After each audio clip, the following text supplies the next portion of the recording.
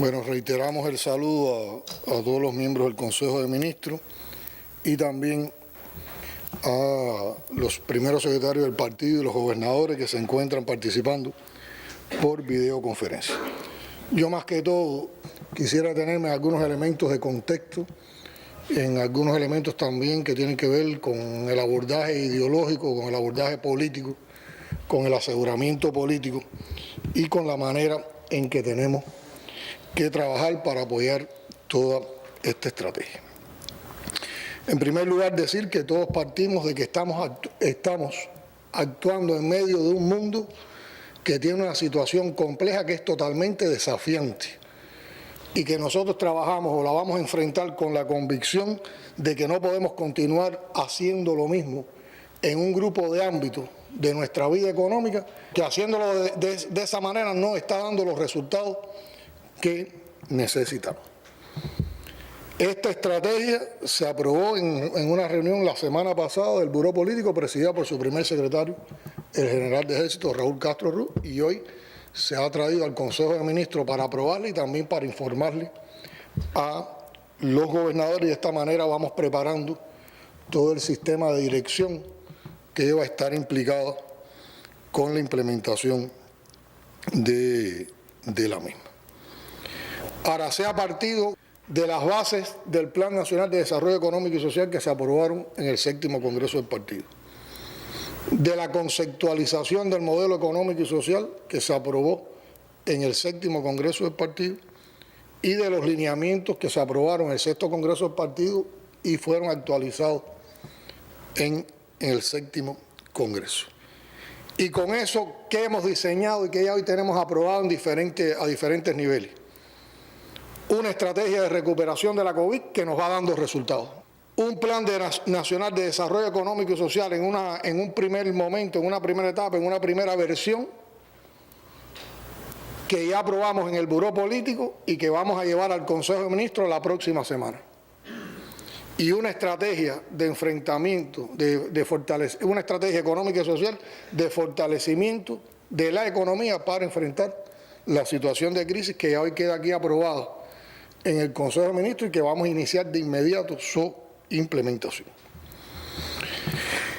Y para todo esto hemos partido de la situación del mundo, de la situación del país. Hemos analizado todas las propuestas que se han venido haciendo en el debate público que hay de esto en las redes sociales, en la academia, en la propia población cubana. Se han tomado en cuenta los criterios de todo tipo, incluso los que son contrarios a la revolución, para ver en qué elementos nos atacan, en qué están los focos de atención para desmontar nuestro programa económico y social. Y por otra parte, como estamos partiendo de los documentos aprobados por el Congreso del Partido, son cosas que se aprobaron, es la implementación de cosas que han quedado postergadas en alguna medida, pero que fueron aprobadas en un amplio debate popular que precedió al Congreso y se ratificó también en la Asamblea Nacional del Poder Popular. Nosotros tenemos que reconocer que a nivel global estamos asistiendo a la confluencia de una profunda crisis como consecuencia del impacto de la COVID-19, del derrumbe definitivo que tienen los paradigmas neoliberales que venía defendiendo el imperialismo en estos momentos, del ejercicio abusivo que hay de la hegemonía imperial que han sido puestos al descubierto en el libro de Bolton al mostrar la perversidad de sus prácticas, y aquí podemos mencionar algunas. En ese libro se plantea cómo se hace presión permanente sobre otros gobiernos, cómo hay un apoyo desembosado a golpes de Estado e intentos de golpes de Estado, injerencia, violencia, amenaza de intervención militar y despliegue ofensivo de fuerzas y bases por todo el mundo por parte del gobierno de los Estados Unidos. Cómo hay una estrecha alianza de la administración de los Estados Unidos con la contrarrevolución cubana y con la oposición venezolana. Cómo se ha reactivado la doctrina Monroe. Cómo se usan las calumnias y mentiras como pretexto para la injerencia y el intervencionismo. cómo se emplea también la corrupción y el soborno a gobiernos de países para lograr sus propósitos, la obsesión y la hazaña que hay contra Cuba y contra Venezuela, la persecución. Ahí en ese libro se demuestra cómo se orquestó la persecución al combustible que necesitaba adquirir nuestro país, que fue el que nos llevó al primer momento en el que tuvimos que plantearnos un grupo de medidas a finales o a mediados del pasado año. La falta de dignidad en el ejercicio de la política.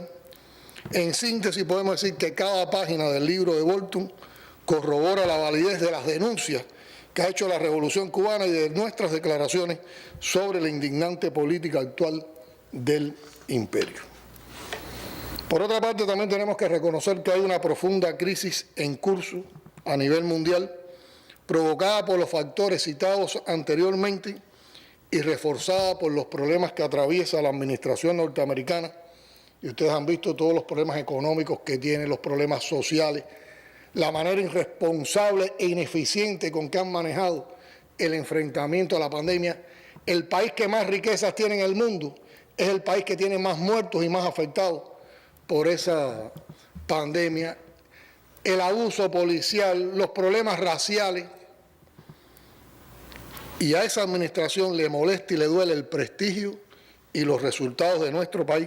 Y eso explica el incremento de su agresividad en estos momentos, que se manifiesta en constantes medidas que aplica contra Cuba, en el incremento de la persecución financiera y el congelamiento de cuentas bancarias y bienes cubanos en terceros países que lo tienen como una propuesta, en acciones orientadas a desprestigiar a los dirigentes cubanos, en acciones buscando el recorte del envío de remesas a Cuba, la aplicación de sanciones contra empresas que mantienen negocios en Cuba,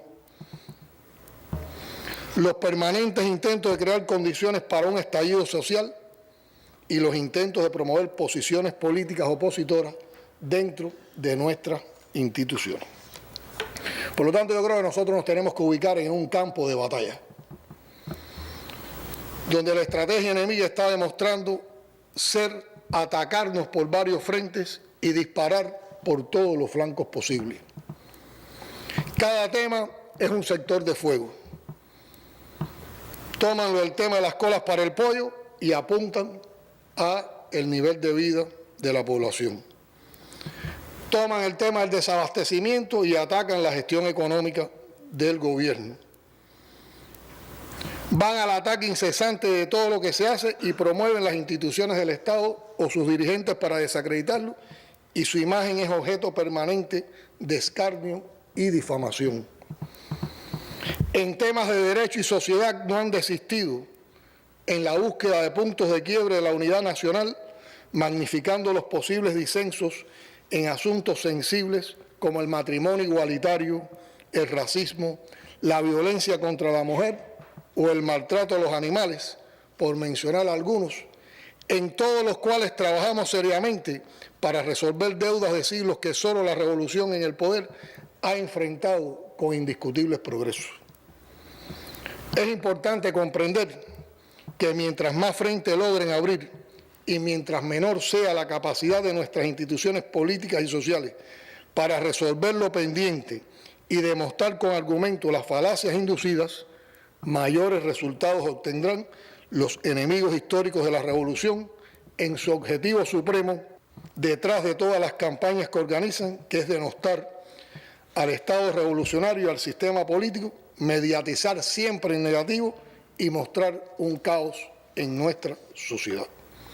Hay mucho dinero corriendo, pero hay además laboratorios ideológicos detrás de todo esto, porque los nuevos terrenos de operación virtual y mediática han demostrado efectividad en cuanto a la manipulación y a desarmar ideológicamente a los pueblos en nuestra región y en el mundo. Nosotros debemos ser capaces de generar también, ante todo esto, una estrategia de comunicación con rigor, utilizando incluso muchas de las herramientas que ellos emplean contra nosotros, pero también creando nuevas herramientas más ajustadas a nuestra realidad y a la singularidad de nuestro pueblo. De todos modos, no hay dudas de que la manera más efectiva de comunicar es hacer las cosas y hacerlas bien. Cuba, como pocos países de similar desarrollo, tiene la posibilidad de hacerlo bien.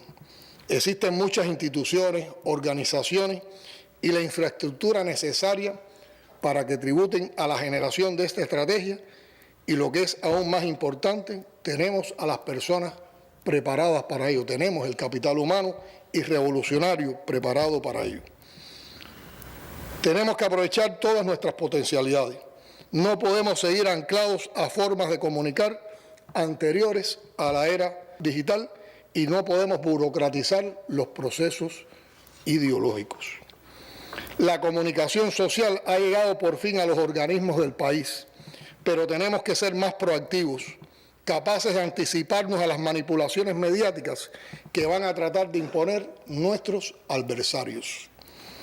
Ahora mismo, en estos momentos, en los últimos días, se ha estado especulando alrededor de algunas medidas que son complejas y que no benefician a todos los sectores sociales por igual, pero que se saben necesarias para remontar nuestros problemas económicos y que han sido explicados aquí por el compañero Alejandro.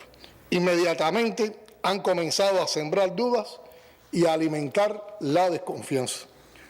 El enemigo, con sus sistemas de medios y sus mercenarios de turno, trabaja para sembrar desesperanza y desaliento.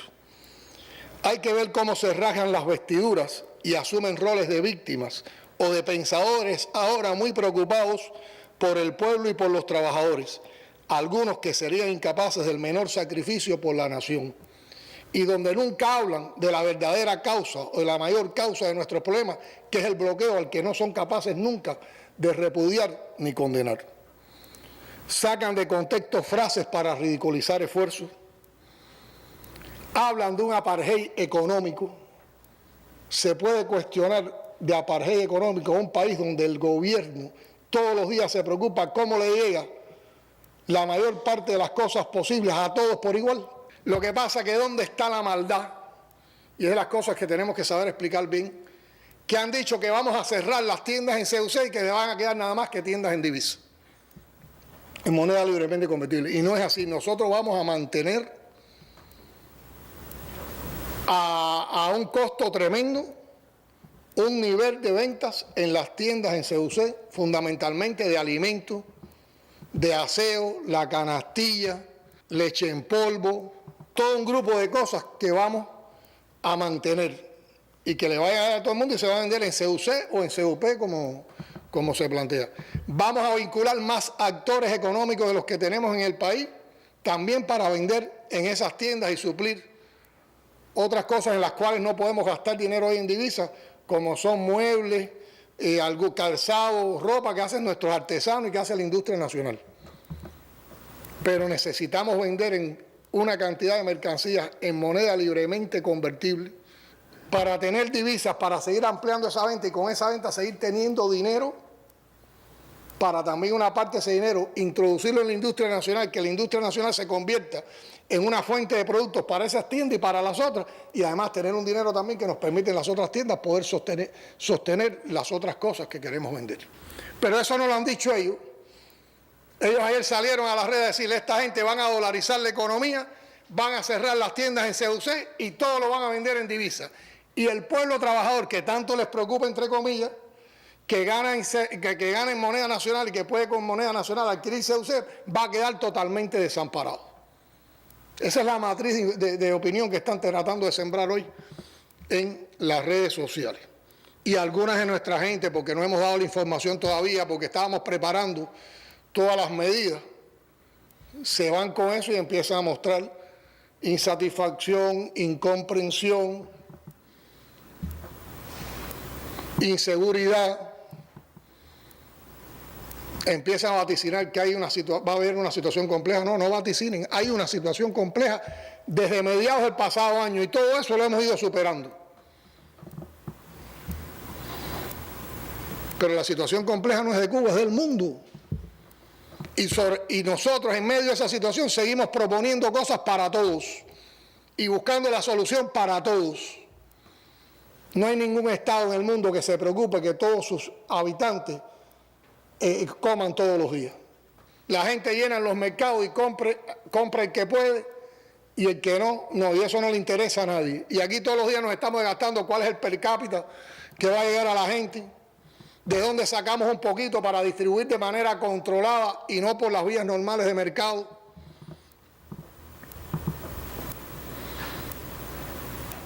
Aquí se le da lo mismo las 5 libras de arroz por la canasta al campesino que al que tiene un paladar, que al que vive en una ciudad y trabaja por el Estado. Díganme en qué país del mundo se viven esas cosas. Pues también hay personas que se les olvida en un momento complejo la hora de la revolución, y en los momentos complejos donde hay que sacar los argumentos de la revolución y las fortalezas de la revolución. Y hoy ningún Estado en el mundo ni ningún gobierno sale a explicarle a su población por qué tiene que enfrentar una estrategia de impulso de la economía ni cómo la va a hacer. Y aquí se va a explicar con toda transparencia, en cada momento, de manera gradual, en la medida que vayamos aplicando las medidas. Ahora bien, han sacado nada más, claro, no conocen las otras, han sacado solo una medida y contra esa han bombardeado con todo su rencor y todo su odio. Pero esto, como ustedes han visto, esa medida dentro de todas estas tiene menos peso. Pero esto es un sistema de medidas y que está orientado precisamente a eso, a fortalecernos, no solo para resistir, sino también para salir adelante y avanzar y desarrollarnos. Y todo lo que estamos proponiendo y todo lo que estamos trabajando se está haciendo para buscar un bien común, que es mejorar incluso en condiciones de crisis. En medio de eso, hemos tenido que hacer un tremendo esfuerzo para lograr que por la venta controlada en julio y en agosto lleguen productos adicionales a la población. Y sí, aparecerán en la venta de algunos alimentos a los que tendrán acceso una parte de la población en divisas, pero a todos los cubanos le estamos garantizando, incluso a esos que tienen divisas, le estamos garantizando como mínimo 2 libras más de arroz y en julio y en agosto. Y tal vez podamos dar hasta un poquito más a partir de otras gestiones que se están haciendo. Vamos a dar también una cantidad adicional de granos, de frijoles. Y estamos buscando también para dar una cantidad adicional de carne de pollo. Todo eso en medio de esta situación. No solo una medida por aquí aislada, y esta es la medida estrella, como la han querido mostrar, y la medida con la que hay que atacar al gobierno cubano que no tiene sensibilidad por su gente, que no reconoce las necesidades del pueblo trabajador. Esa es la mentira, la calumnia, la manera en que construyen todas estas cosas. ¿Y hay desabastecimiento en las tiendas? Sí. ¿Y por qué lo hay? ¿Por qué Cuba no tiene más divisas? Entre otras cosas por el bloqueo, por la persecución financiera, porque no podemos exportar todo lo que queremos, porque cada vez que le exportamos a alguien tratan de cortar esa exportación, porque cada vez que estamos gestionando un crédito tratan de quitarnos el crédito, porque tratan de que no llegue combustible a Cuba, y entonces tenemos que comprar en terceros mercados a un precio más alto. ¿Por qué no se habla de eso? ¿Son esa gente patriota, están tan interesados de verdad por el pueblo? ¿O lo que quieren es un cambio de sistema donde se favorezca una minoría? Es cierto que con algunas de estas medidas se corren riesgos. Tendremos que enfrentar los coleros de manera más decisiva y más intensiva. Tenemos que enfrentar los revendedores que nos complican la vida. Tendremos que enfrentar casos de corrupción que tratarán de aprovecharse de esta situación. Tendremos que enfrentar el mercado ilícito de divisas. Pero para todo eso nosotros tenemos la fuerza de la revolución y la participación del pueblo. Y lo que tenemos que lograr es que el pueblo entienda bien por qué vamos a todas estas medidas. Como gobierno, por supuesto, nos corresponde escuchar, atender, diferenciar la crítica honesta y la sugerencia valiosa del acto malicioso y la propuesta impracticable, y nos toca responder, explicar, argumentar y aplicar todo cuanto aporte. Solo así se gana la confianza de las mayorías y se prueba que todo lo que hacemos lo hacemos para salvar al país y para avanzar. El pueblo del que formamos parte todos nosotros sabe distinguir lo legítimo de lo falso cuando participa activamente en lo que hacemos para defender y fortalecer a la nación frente a la difícil situación imperante agravada por la amenaza imperial. Todos los días estamos enfrascados en la búsqueda de soluciones a los problemas, pensando y sintiendo como pueblo, pensando y actuando para el bien de todos.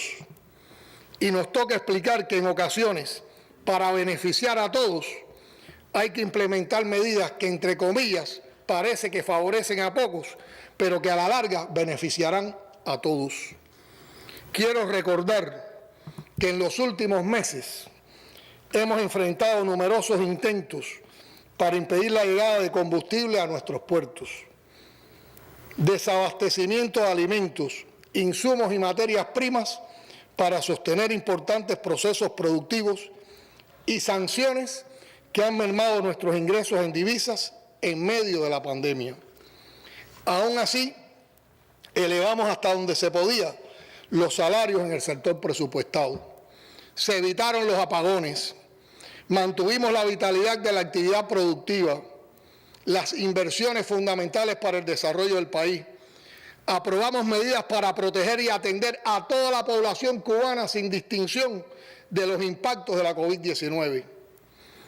Con sensible carencia de recursos, logramos controlar la pandemia y aunque lamentamos la pérdida de 87 vidas por esa causa, que es mínima comparada con lo que pasa en el mundo, nos consuela y anima que no falleció ningún niño, ningún médico, ningún personal de la salud, que no colapsó nuestro sistema de salud, que la gestión del gobierno favoreció la acción integrada del sistema de salud cubano y de nuestros científicos con indiscutibles resultados, que nuestros protocolos médicos salvaron más vidas que los implementados en otros confines, que mantenemos una comunicación transparente y sistemática a la población y que hemos apoyado a decenas de países con nuestras brigadas médicas, ganando el respeto y la admiración del mundo.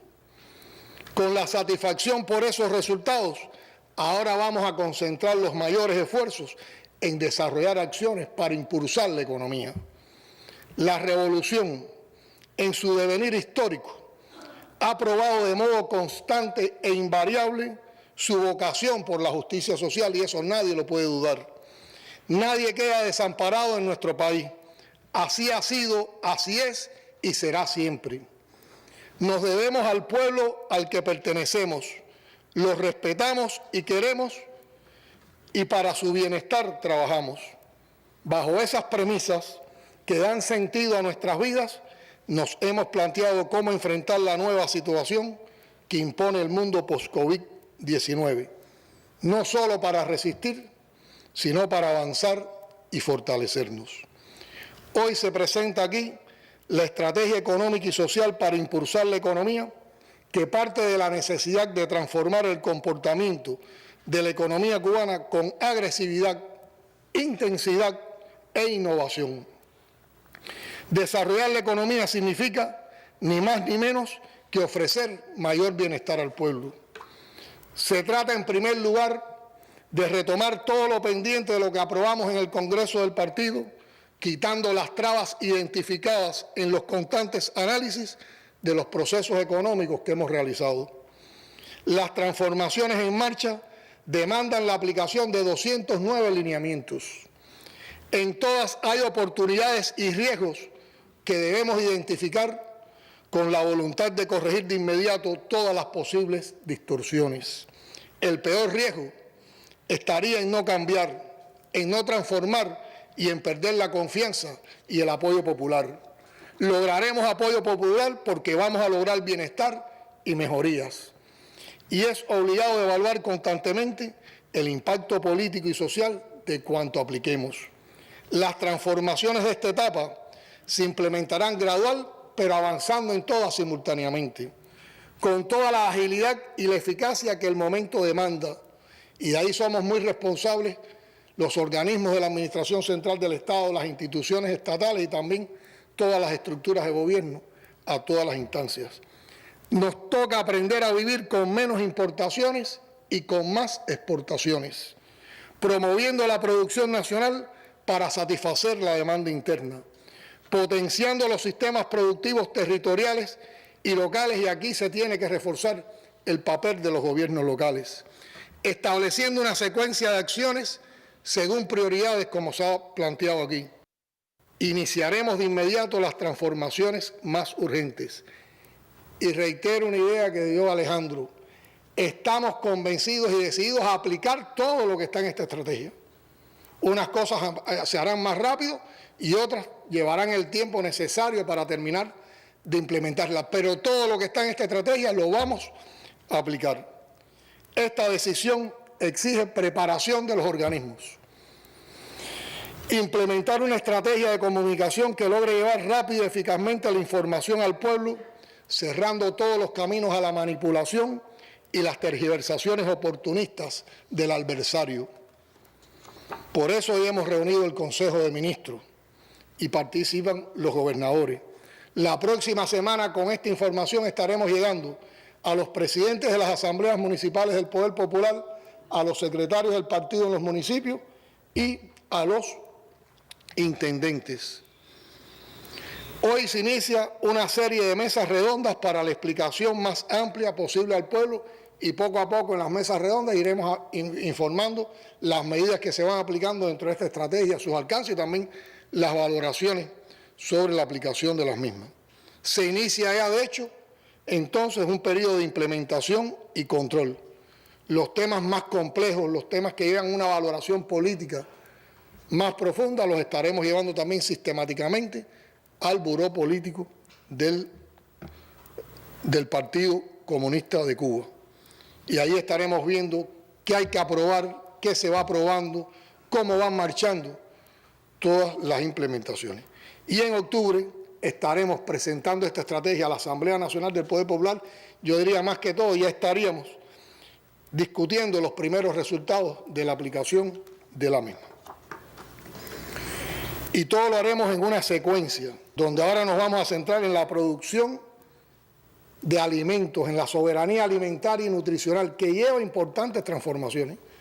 Lleva transformaciones en el sistema de estructura del Ministerio de la Agricultura, lleva transformaciones en las empresas de la agricultura, lleva transformaciones en la manera de relacionarse adecuadamente empresas estatales con todas las formas de gestión y propiedad que aportan a la producción de alimentos, lleva una transformación en el sistema de comercialización, lleva incentivos, lleva apoyos en crédito, lleva el estudio de las posibilidades de acciones bancarias de fomento a la agricultura, lleva también la posibilidad de que puedan importar cualquiera de las formas productivas insumos que necesitan a través de empresas estatales y también la posibilidad de cualquiera de las formas productivas pueda también exportar producciones para tener también financiamientos en divisas que ayude a reproducir de manera ampliada su actividad económica.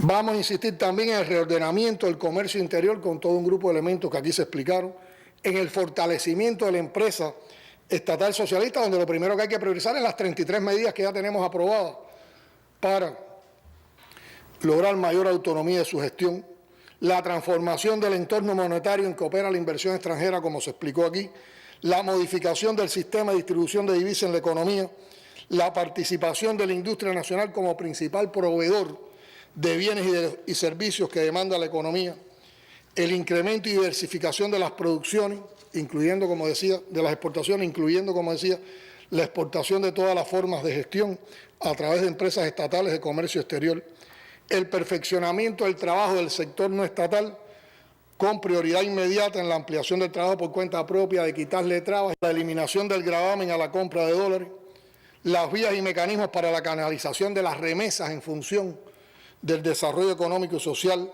el diseño e implementación de incentivos fiscales para los exportadores, el diseño e implementación del mercado de deuda pública con participación de diversos sectores. Y en medio de todo eso vamos a estar dando los últimos análisis para completar toda la envergadura que abarca la tarea de unificación monetaria y cambiaria para aprobarla en el menor tiempo posible y también implementarla cuando esté aprobada en todo su conjunto, y que ella sola, por sí sola, cuando la implementemos, va a quitar muchas, casi que la totalidad de las trabas que hoy tenemos para el desarrollo de las fuerzas productivas en nuestro país. Compañeras y compañeros, he pensado que podríamos definir nuestra estrategia como un plan que defiende un ideal, no como una idea de perfección, sino como suma de los objetivos a conseguir en el siguiente orden: implementar los acuerdos del Congreso del Partido y cumplir con las demandas populares emanadas del debate popular de sus lineamientos, derrotar la política del bloqueo, enfrentar la crisis global y multidimensional que el neoliberalismo y la pandemia han exacerbado, aplicar ciencia e innovación a todos los procesos productivos y dinámicas sociales para afianzar el desarrollo, legitimar y afianzar el ideal socialista como único camino hasta ahora conocido hacia la prosperidad con justicia social. Si unimos las letras iniciales de estos 5 objetivos fundamentales, leeremos ideal. Cuba vuelve a ser retada por un desafiante contexto mundial y una agresiva política imperial. No lo busca, pero no le temen. Contamos con una historia suficientemente grande e inspiradora para lanzarnos a la pelea.